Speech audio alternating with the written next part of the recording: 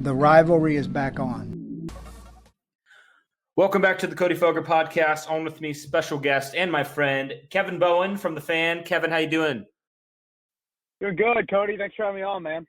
Yeah, absolutely. Anytime. Well, Kevin, I thought for this episode, we could look at the Colts 53-man roster. So recording this on Sunday afternoon, and the Colts yesterday made their cut to 53. While it may not be the final roster come week one, because there still is right now, they're in the midst of making some waiver claims, and they've already made a couple, and we're recording this at 2 o'clock on Sunday. So this podcast could be a little bit irrelevant in terms of if they claim a few more people, which they might. But I thought as it stands right now, we could look at the roster a little bit, a little roster breakdown, and who you think maybe is just on there right now, who could be waived, and we can just look at each position a little bit. And so we can start first with the quarterback, and right now the Colts only have one quarterback on the active roster, and that's Jacoby Brissett. Kevin, what do you think they're going to do to try to fill that number two quarterback spot? Because they did bring back Philip Walker in the practice squad. So what do you think the Colts' mindset is right now as far as the quarterback position is concerned? Yeah, I mean, I would assume that some veteran will be in the works here very soon. As I'm driving to the complex right now, the Colts are going to have practice on Sunday afternoon, and you would think that you would have liked to have a quarterback in your building for as many practices as possible leading into, what you're going to encounter a week from today out in LA against the Chargers, just from a game plan, playbook standpoint, whatever cram session you can get. So I'm a little surprised they haven't made a quarterback move as of now. I think it'd be pretty negligent to throw Philip Walker out there as your backup week one. But I didn't shock me, I guess, that initially they only had one quarterback on the 53-man roster. I think you certainly want to weigh all your options, look to see who is waived, knowing full well that you have a couple of veteran options that you looked at last week as well. So I'm of the firm belief that you just need to find somebody for the first 2 weeks of the season. And I think Chad Kelly can be your backup moving forward.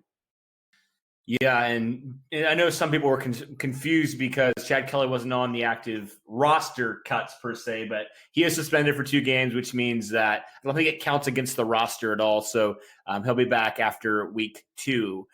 So moving on to the running back position, I don't think this is much a surprise here. The Colts keeping 4, of course, Marlon Mack, Naheem Hines, and the 2 guys that they kept, who I wasn't sure who they keep. I was more probably a little bit surprised that they kept Jordan Wilkins, considering how much he's been injured. And we really haven't seen him much in the preseason at all. But they kept 4 with Wilkins and then Jonathan Williams. Kevin, do you see any moves in the running back position, or do you think that's pretty well settled as of right now?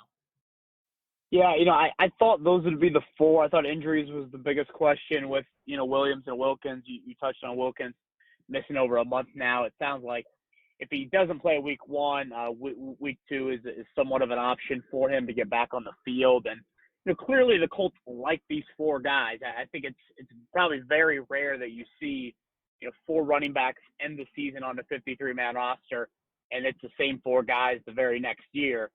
Especially when you hear Frank Reich talk so much about wanting to improve the run game in 2019. But I think that just goes to show you that's much more of a philosophical approach to it than necessarily a personnel approach to it. So I thought maybe running back, you would look at a back end of the guy, if Jonathan Williams or Jordan Wilkins you don't necessarily like. But, Chris Ballard has always been high on Williams, and he spent a 5th-round pick on Jordan Wilkins. And, Jordan Wilkins still averaged over 5 yards per carry last season. So I'm not too surprised with how that running back group played out. Yeah, and I guess my question is, do you think Charcandrick West, the guy that they signed, who played in the last preseason game, do you think he's kind of a guy that, say, Wilkins goes down for a good amount of time? Is that a guy that they consider bringing in? And why do you think the reason was they brought him in only to cut him, a week or so later? Well, I think to be frank, you just needed a body. It's kind of it's one of the awkward situations of week 4 of the preseason. You're simply signing guys to be tackling dummies, for lack of a better term. So yeah, I mean, I obviously West has history in the league, history with Chris Ballard. So, he might be the next guy up at the running back spot. But again, I still think the staff likes Jonathan Williams, likes Jordan Wilkins. And there's a reason Charcandrick West was on the open market, 2 weeks before the start of the regular season when everyone's roster was at 90. So, I think more so is just, let's just get us a body through the end of the preseason. And yes, if an injury does occur, maybe you do bring him back, but for now, he's the odd man out. Absolutely. And moving on to a position, I think that it's not really a surprise, but it's definitely the position on offense that was kept the most as far as the skill positions go, and that's wide receiver. Obviously, you got your guys in T.Y. Hilton, Devin Funchess, and Paris Campbell, who we knew were probably going to be a lock for the roster, and then Chester Rogers, who I think as the preseason went on, we kind of realized how much the Colts love Chester Rogers. So, with what he can do on special teams for you and stuff, he's the number 4 right now. And then you got a couple guys, and Deon Cain, who really I thought had a terrific preseason. I'll get your opinion on him in a second. And then you got Zach Pascal, who is a guy who I don't think we saw a ton in the preseason, but I know he's very valuable on special teams for the Colts, and he showed some flashes for them last year. Kevin, what are your takes on the wide receiver position and also Krishan Hogan being waived? Yeah, I feel bad for Krishan Hogan. I thought he had a tremendous month of August in camp and just so consistent with a big body. Now, it doesn't really help you out in special teams in the return game. I know the Colts had put him back there a little bit in practice settings, but we never really saw that in games. So I think ultimately that's why he's not on this roster. But, I thought there was a chance he'd get claimed to. But as of now, it doesn't look like that's going to be happening. But once probably August 20th rolled around, I felt like you were going to keep 6 wideouts.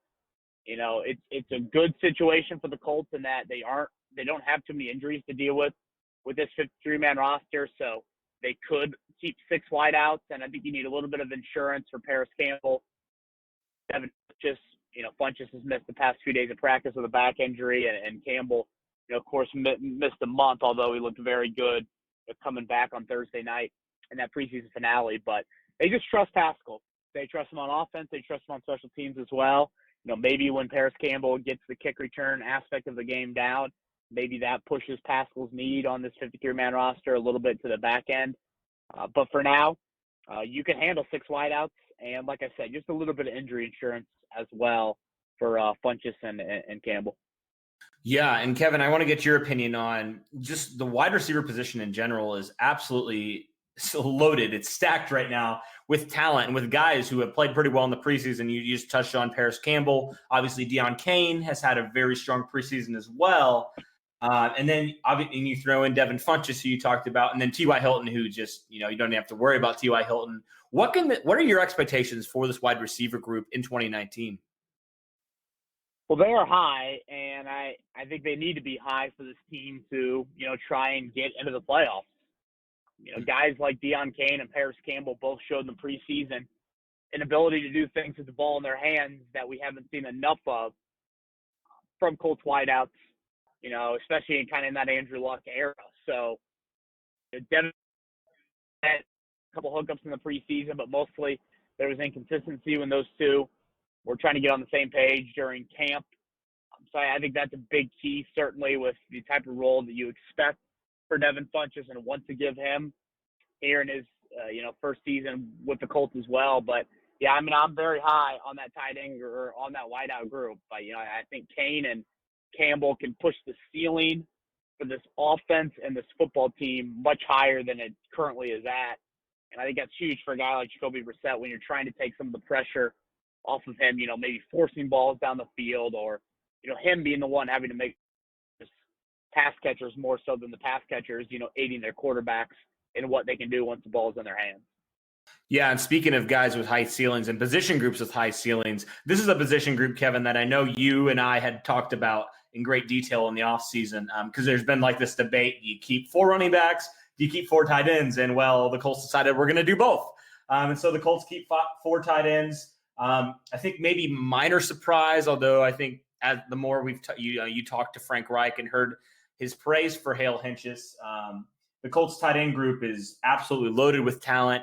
And I think it's interesting, Kevin, and this is something that I have noticed, is like the Colts have kind of multiple tight ends who do different things. And so, where you have the Jack Doyle, Hale Hentges type player who's a reliable, not overly athletic, but reliable player who's a very good blocker. And then you got the physical freaks in Eric Ebron and Mo Ali Cox, which I know Mo Ali Cox is a good run blocker as well. But it's interesting that the Colts have kind of 2 sets of guys who both have high ceilings, but they have the reliable guys, and then they also have just the guys with tremendous ceilings, tremendous physical attributes. What's your take on this tight end group? I think it's something where as the preseason wore along, I was always been a big Ross Travis guy, and I kind of looked at it from the Colts standpoint of, all right, if they're going to emphasize the run game, Hale Henchis is that, possible Ryan Hewitt, maybe with a little bit more consistency in the pass catching game. He's going to be that fourth guy. And, I thought Travis had a couple moments in camp in the preseason, but I just needed to see a few more things from him to put himself on the 53-man roster. And remember, this guy is, less than 370 days removed from tearing his ACL. So it's still coming back in that process. But it's a group that you like. It's a group that you definitely look at and think that you have talent right here in the present, and then some intriguing guys for the future as well. And similar to the wideout bunch, it's a group that I think you have to look at as saying, carry a little bit more of a burden for us with Jacoby Brissett at quarterback. We know Jack Doyle had a huge season in 2017 when Jacoby Brissett was under center. So, you obviously knew that Doyle, Ebron, and Mo Alley Cox were all going to make this team. And then with Frank Reich wanting to emphasize the run game so much, I think that's what pushed Hale Henchis on this team over Ross Travis. Yeah, and the last position group I want to look at offense, Kevin, is a position group that I think is pretty well settled as far as the starters. I think the starters are pretty entrenched. But beyond that, I think it's in flux right now. There's a lot of unknowns, and the Colts have done a lot recently with their backup offensive line in terms of, they cut Evan Boehm, or they traded Evan Boehm, I should say, and they cut, Antonio Garcia, and I believe they cut somebody else as well. So the offensive line right now, as it stands, has 8 people on the team. But you have to think that the Colts will make a waiver claim for a backup offensive line, don't you? Yeah, I think so. That was something that I felt like was a number in 8 that I like personally, because I think it gives you flexibility to do things elsewhere on your 53-man roster. But that was kind of more my thinking and less Chris Ballard's thinking. I felt like he always wants 9 or 10 offensive linemen. But, when you're able to swap Evan Boehm and improve your 2020 draft stock, that's a win in my book. And I fully expect a couple offensive linemen to be on the practice squad, kind of use a little bit of a bump there, because you only dress 7 on game day. So I never thought there was a need really to have 9 or 10 on your 53-man roster. Now, if you have talent and you have depth and you want to protect those guys a little bit more, then I think that makes sense. But I thought the reserve offensive line group was very underwhelming in the preseason. So I am a little bit surprised we didn't see a waiver claim there. But at the same time, again, I think they do feel somewhat good about their top 8.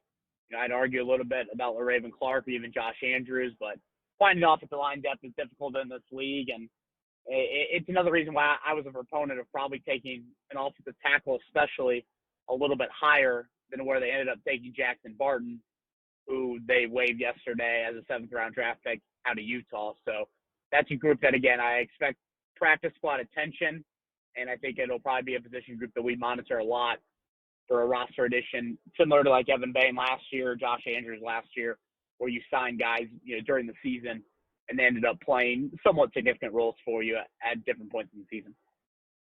And flipping over to the other side of the ball, to the trenches on the other side of the ball, the Colts defensive line, they kept a lot of players. They kept 10 players as it stands right now. Danico Autry, Ben Banagou, Justin Houston, Margus Hunt, Taekwon Lewis, Al-Qadim Muhammad, Jabal Sheard, Grover Stewart, Kamoko Ture, and Jihad Ward. So not really a surprise there. I would say probably, Kevin, the biggest surprise for me was the Colts keeping Jihad Ward, just because, with roster crunching and stuff, it's hard to keep 10 defensive linemen. What are your takes on these guys? And were you surprised at all that the Colts kept so many players on the defensive line? Yeah, I was always thinking they'd keep at least 9. Ward was the tough one for me. And I think what I ended up doing is I ended up having Jake Eldrenkamp on the O-line and taking Jihad Ward off. So that was kind of my difference. I felt like Chris Ballard would go with 9 offensive linemen and 9 defensive linemen. But clearly it shows what they think of Ward. And I also think it's somewhat positive news on Jabal Sheard, not immediately going on injured reserve. You still have a lot of depth there. I think it's a nice balance of kind of veteran depth and the frontline guys, and then some intriguing a lot of intriguing second-round talent, ironically enough, in Ward and Tyquan Lewis and Kamoko Turi and Ben Banogu as well. So that was a group that, for me, it was pretty easy in the sense of I knew it was either going to be 9 or 10. It was just, did you have the room to keep Ward? And clearly they feel like they do, and I think the 8 offensive linemen is a big reason why they were able to keep an extra guy on the other side of their line. Yeah, and the linebackers for the Colts, they kept 6 linebackers. And I think for me, I wasn't too surprised that they kept 6 linebackers. The only guy that had questions on was Zaire Franklin, because I think last year kind of showed, and maybe he's improved, who knows? But last year, I think he kind of showed why he was a 7th-round pick. He had his rookie moments last year. What are your thoughts on the Colts linebackers and then them keeping 6 guys on the roster? Yeah, Cody, this is always the easiest position group for me to cut down.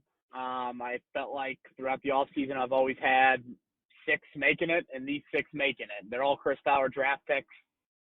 You knew full well you're going to keep probably 5 of those guys. Franklin was probably the biggest question mark, but he helps out on special teams, which I don't think can be lost. You need a physical presence on special teams as well. You don't need a bunch of DBs and wideouts just running down every play. You need a little bit of bulk to handle kind of your punt stuff and even your kick return stuff as well. So that's why I think Zaire Franklin fits in as kind of a core special teamer. And when Matthew Adams was out, I think for that Browns game, he did start at the same linebacker position. So I still think the Colts have some belief in him as a linebacker, but mainly for special teams. So, yeah, again, this is the easiest position group for me to cut down. Yeah, and moving over to the cornerbacks, this, for me, Kevin, was a position group that I was the most intrigued by in the offseason. There's a lot of talent there, a lot of players who I think were established in this league. But the Colts decided to cut it down to 6. And the guys that kept were the starters from last year, and Desir and Moore, and Quincy Wilson as well. Obviously, they're going to keep Rock Ya-Sin, who they drafted. But the final 2 guys, I think that was the biggest 2 that were in question for me, especially before the Colts traded Nate Hairston to the Jets last week. I guess technically it's still last week. So what are your takes on this cornerback group and them keeping a guy like Marvell Tell and Chris Milton? Yeah, it was also, I think, Cody, a position group I could have gone down several paths. I probably was going to keep Nate Hairston, but if you're going to tell me you can get a 6th-round pick for him, that's a win in my book, because Quincy Wilson can give you some slot corner versatility as a backup to Kenny Moore there. I thought Chris Milton was always going to make this team because he is someone that gives you a little bit of I'm just getting to the complex right now. I'm just going to tell him that I'm here. And then hey, here for media. Thank you. Cool, thanks. I'm sorry about that. You're good. So, yeah, cornerback. That just shows you that this is real life here on the Cody Felger podcast. Marvell Tell, when he played the whole game on Thursday night, I was kind of like, oh, this will be interesting. But I felt like once you traded away Hairston, he was going to be on this team. And I also thought that you had something in Chris Milton where special teams is just too valuable. Now, as we've recorded this, they have claimed Ryan Lewis from Buffalo. And I do think that will be something to watch just to see, okay, does that mean Roland Milligan's off this team? Does that mean a corner's off this team? What exactly do they do at corner now with so many bodies there? But it wasn't a group that I was too surprised to see how they ended up handling it. And I think I think you have some nice kind of man coverage principles, some zone guys as well can help you out on special teams, and you still have some position flex that if you need to trim safety down to 4 guys, you got guys like Quincy Wilson and Marvell Tell that can help you out there.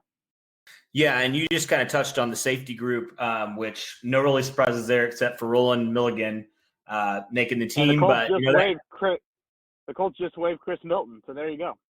Really? Okay, so looks like Ryan Lewis will be potentially that guy on special teams. Interesting. Okay, breaking news here on the Cody Felger podcast. I know that's happened on your podcast before, Kevin, so real life, man, real life, folks. My question for you, Kevin, on Marvell Tell, because he was very intriguing for me because he's, converted safety. He played safety last year, I think, at USC. And so my question to you is, from a guy like Nate Hairston, who we kind of know who Nate Hairston is, 5th-round pick, to a guy like Marvell Tell, who I think is more athletically gifted. Is this kind of like a similar situation last year, when the Colts cut John Simon in favor of a guy like, obviously didn't work out, but a guy like, Terrell Basham, man, I forgot his name. Like, he completely has become irrelevant to me. But Terrell Basham, for example, is this move more of a move of we see the potential in Tell rather than we know what we had in Hairston? Yeah, I think so. I think Hairston last year is a starter week 1, then loses his job and pretty much gets benched. So I think that's what played into a lot of it. I think they're different players, and that Tell is more of kind of the safety hybrid. Hairston was more of your inside corner, outside corner hybrid.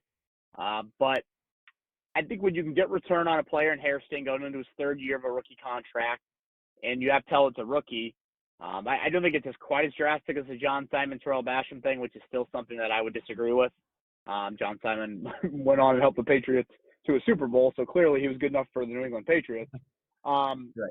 I think it's something with Tell. It's just you knew there was a developmental project there. You're willing to be more patient with his kind of physical attributes than Nate Hairston, who at 3 years had gone from playing to passed up on the depth chart. And again, if you're going to get a 6th-round pick in a deep position group, you really can't say no to that. So I think they like Hairston, but I just think that they're willing to be a little bit more patient with a guy like Tell, considering he is a couple years younger. Yeah, and this is something that I wanted to ask you, Kevin, because I'm perusing through Twitter because you never know, stuff happens like crazy.